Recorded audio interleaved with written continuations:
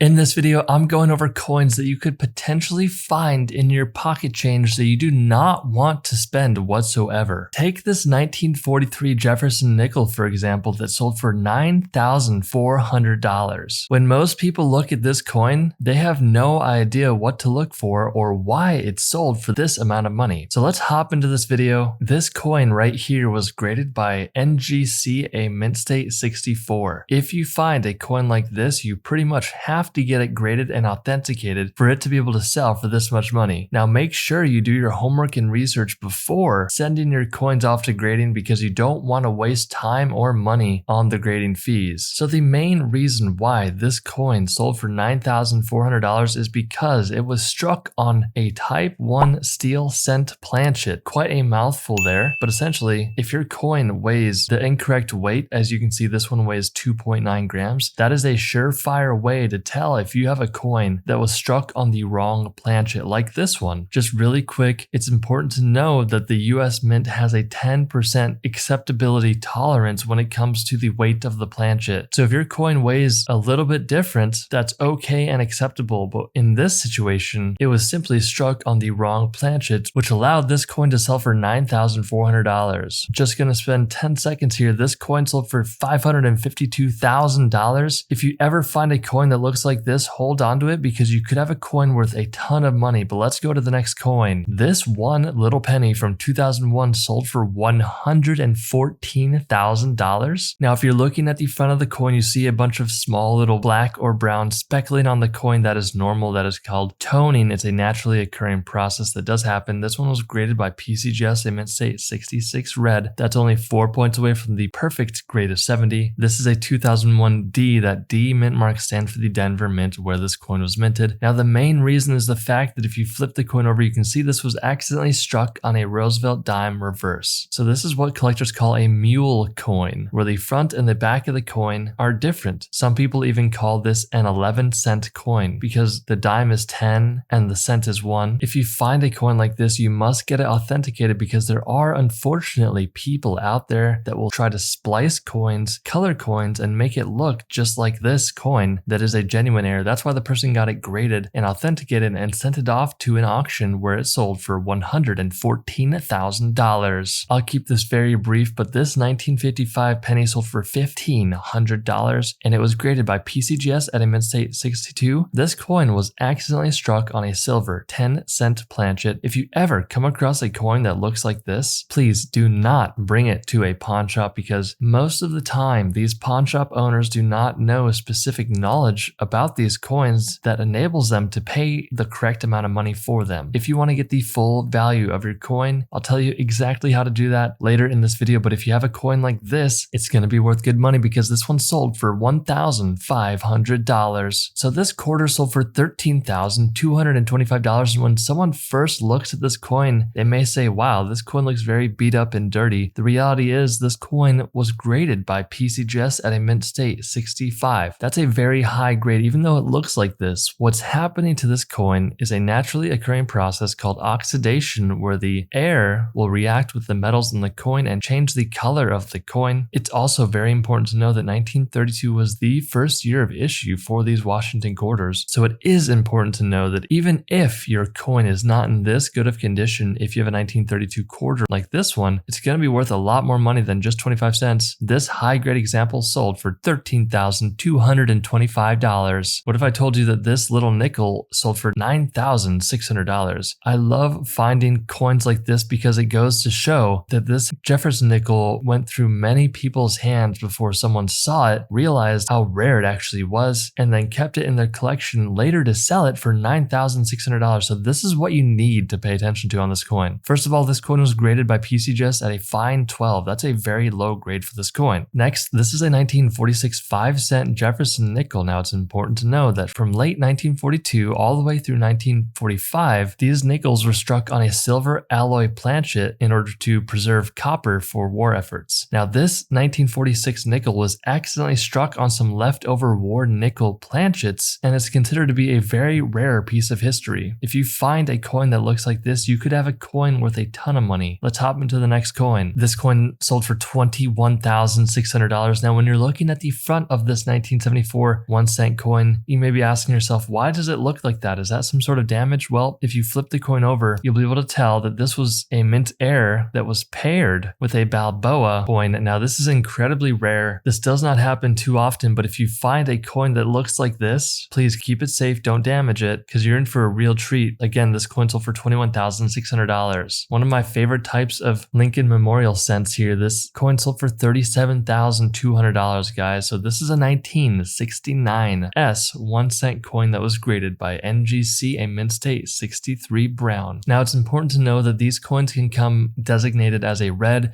brown, or brown. I'm going to throw up a quick diagram of what those look like. This one got the brown designation. For the most part, a lot of the time when it comes to the color of the coin, red will bring more value than the red, brown, or brown coins. Now, don't get me wrong, there are plenty of brown coins that bring a lot of money. So don't think just because you have a brown coin that it's not going to be worth good money. But the main reason why this coin sold for so much money is because this is a doubled die obverse coin. 1969 is well known for having this very apparent doubling happening on the date at the bottom right, Liberty at the left, and the motto at the top. If your coin has this doubling, you've come across a coin worth a lot of money. Again, this coin sold for $37,200. This coin sold for $204,000. Now, when you're first looking at this coin, it does not look like a rare coin whatsoever. It looks pretty beat up. It went out into circulation. It was graded by NGC and AU53. That means almost uncirculated. So it is a relatively lower grade compared to a lot of the stuff that I show in my videos. But essentially, the reason why this coin sold for $204,000 is because this is a 1943 cent coin struck on a bronze planchet. So if you have a 1943 coin, it should not look like this. It should be struck on a zinc coated steel planchet. Now, a good way to tell if you have one of these coins is if you have a strong magnet and you have a 1943 coin, wave that magnet over the coin. If it does not stick to the magnet and you have a 1943 coin like this that's bronze, then you found this coin. YouTube has a very complex algorithm that knows exactly which video you should watch next, and that video is on the screen right now. So click on that video and I'll see you inside.